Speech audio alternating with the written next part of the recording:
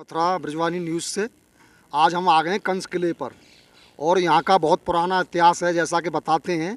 और आप देख रहे हैं यमुना जी को, यमुना महारानी जी इस समय प्रचंड वेग से बह रही हैं।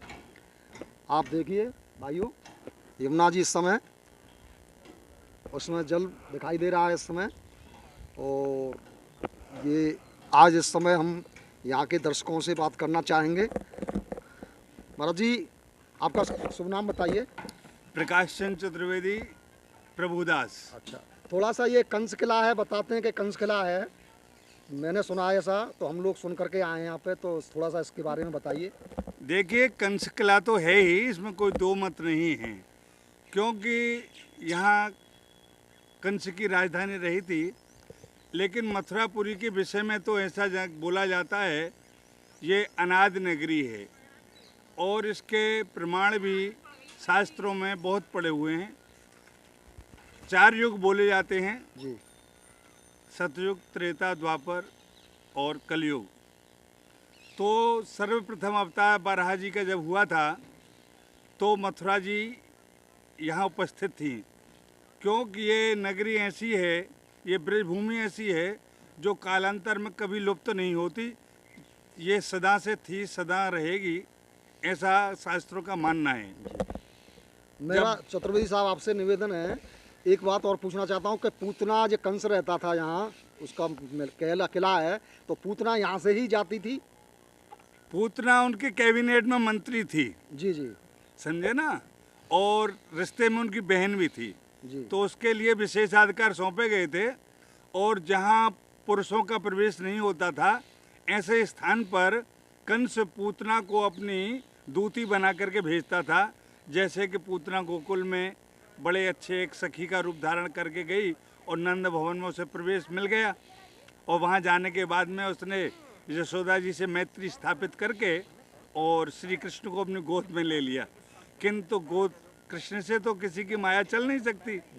वहाँ भी जाकर के उसने अपना स्तनपान कराने का प्रयास किया और श्री कृष्ण ने उसके दुग्ध पान के सहित उसके प्राणों का भी हरण कर लिया था। तो आते प्राचीन तथ्य पर जो आप कह रहे थे, तो सतयुग में भी बराह अवतार के समय भी यह मथुरापुरी थी।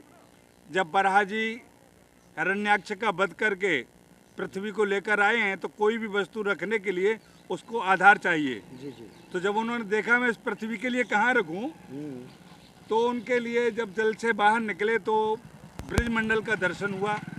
बड़ी सुंदर यमुना नदी बह रही थी। गोवर्धन पर्वत का दर्शन हुआ। हरी भरी वृक्षावलियों से युक्त 12 वन दिखे। उन्होंने सोचा कि ये पृथ्वी में लेकर आया हूँ, किंतु यहाँ तो पृथ्वी का भूखंड पहले से स्थापित है।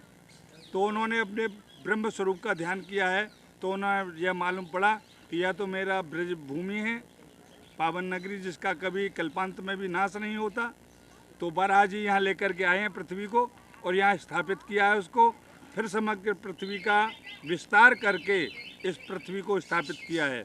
तो हमारे यहाँ मथुरा में श्याम बाराह और श्वेत बाराह, द्वारकाधीश मंदिर के पीछे गली मानिक चौक है, वहाँ पर आज भी दोनों मंदिर स्थापित हैं। एक को कल्प बाराह कहते हैं, एक को आध बाराह कहते हैं। तत्पश्चात श्री राम जी का जन्म होता है त्रेता में। जी। तो त्रेता में भगवान श्री राम के यहाँ मातृ चतुर्वेद ब्राह्मण जब लवणासुर का अत्याचार हुआ है तो वहाँ पहुँचे हैं। और जब 7 ब्राह्मणी 7 गोत्र के बच्चे थे, तो उन्होंने जाकर के श्री राम जी से आग्रह किया। तो राम जी ने कहा आप जलपान ग्रहण कीजिए। तो उन्होंने कहा आप हमारे प्राणों की रक्षा का आश्वासन दें तो हम आपके यहाँ जलपान ग्रहण कर सकते हैं। जी जी। तो श्री राम जी ने आश्वासन दिया। फिर अपने छोटे भाई शत्रुघ्न जी के लिए मथुरापुरी के रक्षार्थ भेजा। और यहाँ पर आकर के शत्रुघ्न जी ने लवणासुर का वध किया है।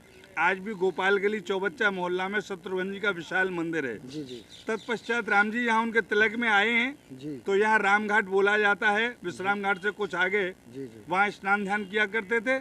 तो इस त्रेता में भी ये हमारे मथुरापुरी का वर्णन मिलता है। और द्वापर में तो श्री कृष्ण की लीला जगत विख्यात है। ब्रज में श्री कृष्ण ने इस प्रकार का आनंद किया है। वसुदेव सुतम देवम कंस चाणूरमर्दनम देवकी परमानंदम कृष्णम वंदे जगत गुरुम। जगत गुरु की उपाधि उनको मिली है। वैसे तो आज हमारे भारत देश में बहुत से जगत गुरु हैं, उनके अनुयायी बनकर चल रहे हैं। और कलयुग में हम और आप खड़े हुए हैं, जो यहाँ की वर्तमान स्थिति को देख रहे हैं।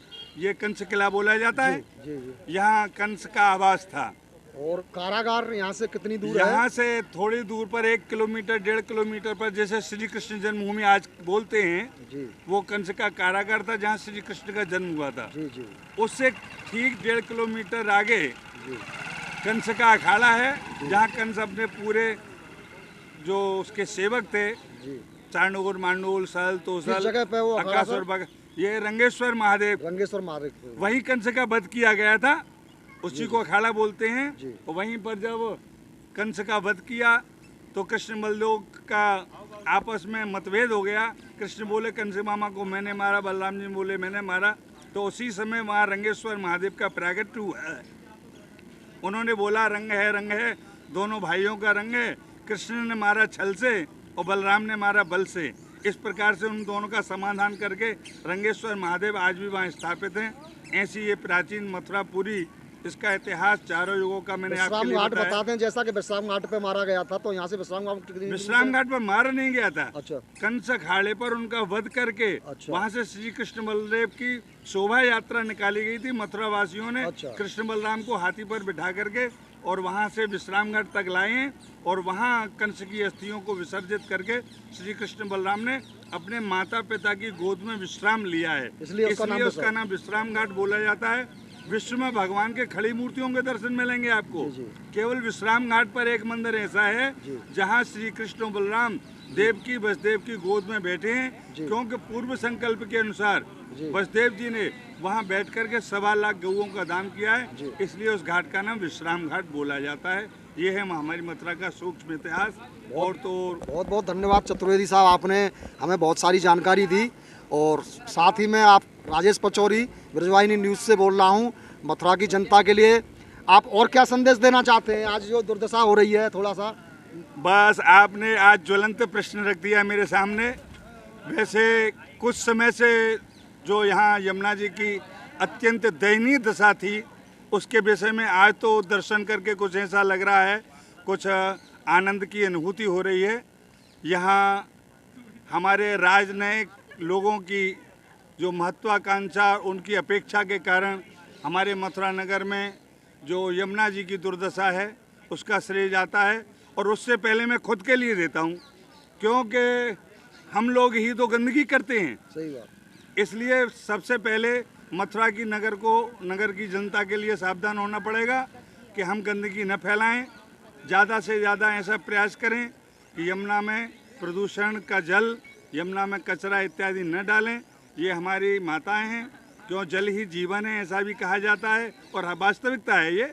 इसलिए जल को स्वच्छ रखें, यमुना जी को स्वच्छ रखें, ब्रजभूमि को स्वच्छ रखें, बाहर से आने वाले नागरिकों के प्रति समर्पित और भावना रखें, ताकि यहाँ का अच्छा संदेश जाए कि मथुरा के लोग बहुत अच्छे हैं, मथुरा नगरी बहुत अच्छी है, जहाँ श्री कृष्ण जैसे जगत गुरु का जन्म हुआ। बहुत बहुत धन्यवाद आपका, आपसे मिलकर बहुत बड़ी प्रसन्नता हुई हमें। जय श्री राधे। जय श्री कृष्णा, जय श्री राधे।